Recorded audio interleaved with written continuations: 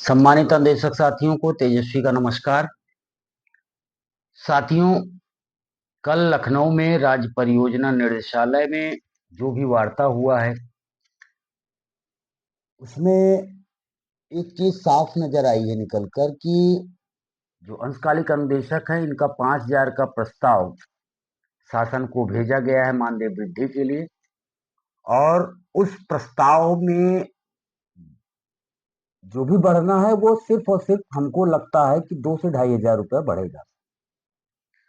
और जो भी मानदेय वृद्धि होगी वो किसी संगठन से नहीं, ये कहना गलत होगा कि फला संगठन ने कराया, ऐसा नहीं है। राज्य सरकार द्वारा अनुपूरक बजट से ही समस्त विभागों में जो भी कर्मचारी कार्यरत हैं उनकी सूची मंगाई गई है, उनका आकलन किया जाएगा, उनके मानदेय के हिसाब से उनका मानदेय अनुपूरक बजट से बढ़ाया जा रहा है। ये स्वयं राज्य सरकार निर्णय लिया है।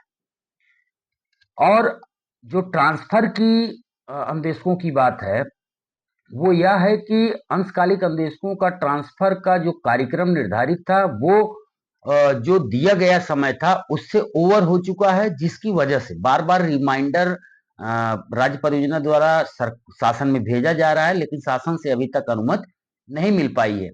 और शासन में जो वार्ता हुआ है उससे यह स्पष्ट होता है कि शासन का कहना यह है कि मिड सत्र में हम ट्रांसफर का आदेश नहीं दे सकते हैं। जो भी होगा इस पे अभी विचार किया जाएगा, उसके बाद ही निर्णय लिया जाएगा। तो साथियों, ओवरऑल जो वार्ता रहा है वो सीधा सीधा यही रहा है कि अनुदेशकों का 2,500 रुपए या 2,500 रुपए, इतना मान के चलिए आप, कि मानदेय वृद्धि होनी है, ये तय है और किसी संगठन का कोई योगदान इसमें नहीं है। दूसरा जो होना है कि ट्रांसफर अनुदेशकों का स्थानांतरण की बात है, वो अभी उसमें और समय लगेगा। जब तक शासन से अनुमति नहीं मिल जाएगी तब तक कोई भी आदेश जारी नहीं होगा। और शासन को राज्य परियोजना निदेशालय द्वारा 3 रिमाइंडर भेजा जा चुका है, लेकिन तीनों रिमाइंडर का अभी तक जवाब नहीं आया है। तो कुल मिलाकर आप सभी को यह बताना है कि आप सभी अपने संघर्ष को बढ़ाया जाए और आप सभी एकजुट होकर मात्र नियमितीकरण की लड़ाई लड़ी जाए। और इन कई बिंदुओं में नियमितीकरण की लड़ाई के लिए भी कार्मिक विभाग में भी वार्ता मेरी जारी है और चल भी रही है। कार्मिक विभाग में सूचना भी मांगा गया है कि इस विभाग में कितने संख्या है और क्या करना है।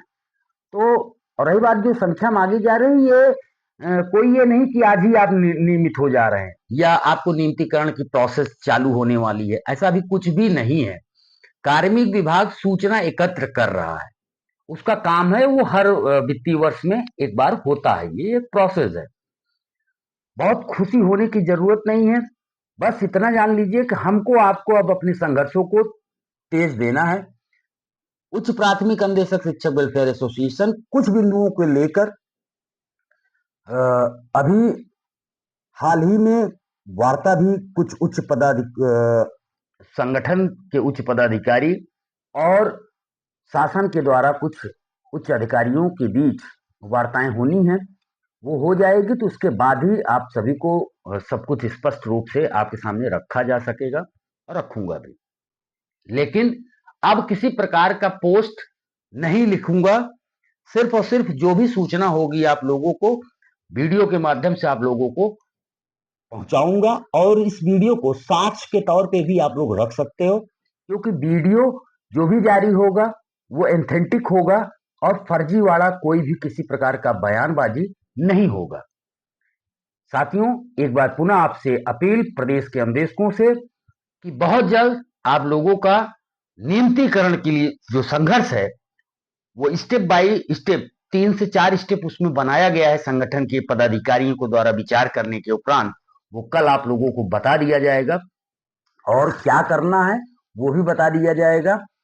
आप लोग अपने भविष्य के लिए, अपने लिए, व्यक्तिगत अपने लिए, अपने परिवारजन की खुशियों के लिए आप लोग को संघर्ष करने की आवश्यकता है।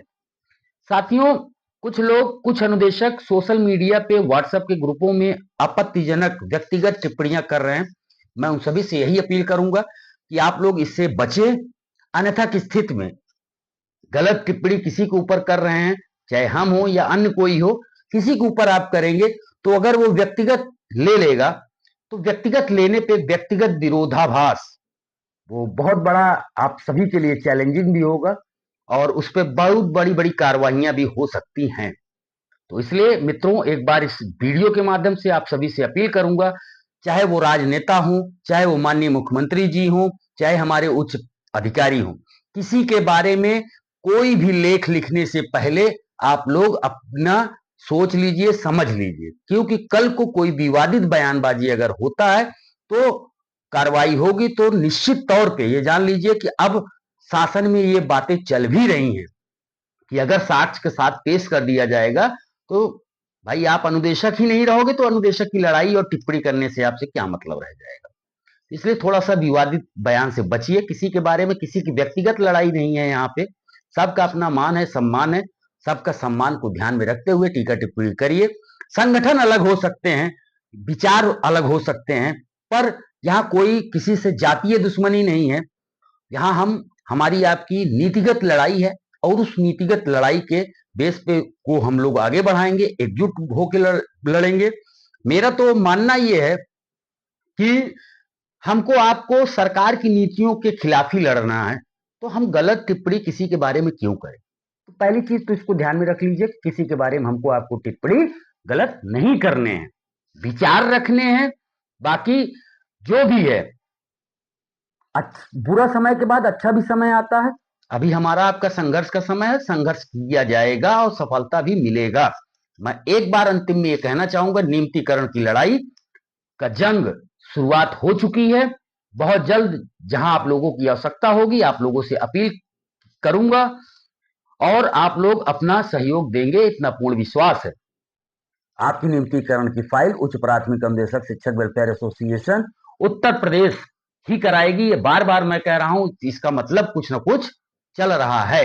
अब कुछ प्रोसेस प्रगति नहीं बता सकता हूं, लेकिन कुछ प्रोसेस चल रहा है, क्योंकि कुछ संगठन इस पे अपना राजनीति करने लगेंगे और मैं नहीं चाहता हूं कि अब किसी भी मैटर में कोर्ट कचहरी हो। पहले हम निवेदन, आग्रह और जिद करके हासिल करने की कोशिश करेंगे और हासिल भी होगा, मुझे पूर्ण विश्वास है। दूसरी चीज, एक हमारे मित्र के द्वारा कार्यवृत्ति किया गया था, जारी कराया गया था, उस पर बड़ा वाहवाही हुआ, उसका कोई मतलब नहीं है मित्रों। वो सरासर सारा गलत है। सारा मैंने देख लिया अपने स्तर से, सारे प्रोसेस देख लिए, कुछ भी नहीं है, नथिंग है उसमें, कुछ नहीं है। सारे नियमानुसार कार्यवाही की बात कही गई, नियमानुसार हो ही रहा है। और संगठन जो होता है मित्र, संगठन कोई भी संगठन हो, वो नियमानुसार जो होता है ना, उसके अगेंस्ट ही लड़ता है। अगर नियमानुसार है तब तो नियम तो है ही है, लेकिन वो नियम के हम विरुद्ध लड़ेंगे क्योंकि वो हमें बाध कर रहा है, मुझे बाध रहा है उस चीजों में, नहीं, मुझे उसके खिलाफ लड़ना है। संगठन का मतलब ये होता है, और आपका अहित ना हो, हित हो, इसलिए लड़ता है। तो साथियों, विश्वास और संगठन के ऊपर बनाए रखें। जिस भी संगठन से आप लोग जुड़े उस संगठन पे विश्वास बनाए रखें। इसी के साथ मैं अपनी वाणी को विराम देता हूं। जय हिंद, जय अंदेशक परिवार, नमस्कार।